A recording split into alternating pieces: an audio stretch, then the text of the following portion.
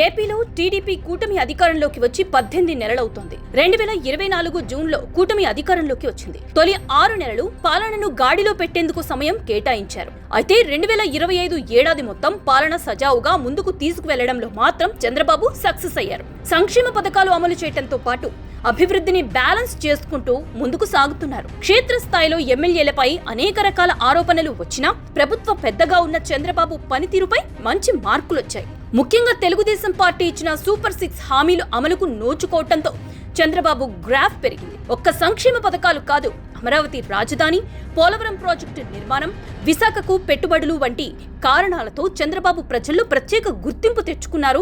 ఈ ఏడాది కాలంలో 2024 జూన్లో అధికారంలోకి వచ్చిన తర్వాత సంక్షేమ పథకాలు అమలు చేయాలని విపక్షాలు డిమాండ్ చేస్తూ వచ్చాయి. చంద్రబాబు పథకాలు అమలు చేయలేరని వైఎస్ఆర్ కాంగ్రెస్ పార్టీ చెప్పుకొచ్చింది. కానీ ఈ ఏడాది ఏప్రిల్ నుంచి వరుసగా తల్లికి వందనం, అన్నదాత సుఖీభవ, ఉచిత బస్సు వంటి కీలక పథకాలను అమలు చేశారు చంద్రబాబు. హామీ ఇవ్వని ఆటో డ్రైవర్ల సేవలో పథకాన్ని కూడా అమలు చేసి చూపించారు. అభివృద్ధికి బ్రాండ్ అంబాసిడర్ చంద్రబాబు.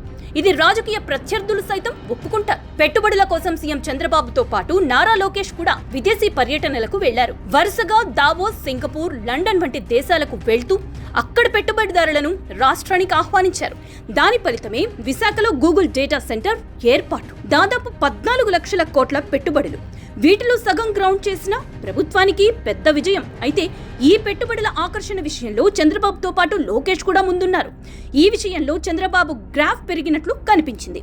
అమరావతి రాజధాని నిర్మాణంలో చంద్రబాబు మరోసారి జాతీయ స్థాయిలో గుర్తించబడ్డారు.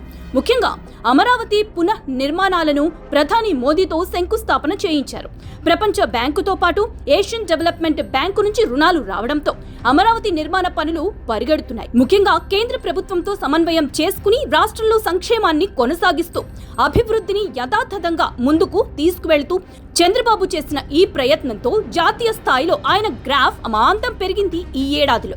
ఒక విధంగా చెప్పాలంటే 2025 చంద్రబాబు కలిసొచ్చిన సమయంగానే భావించవచ్చు.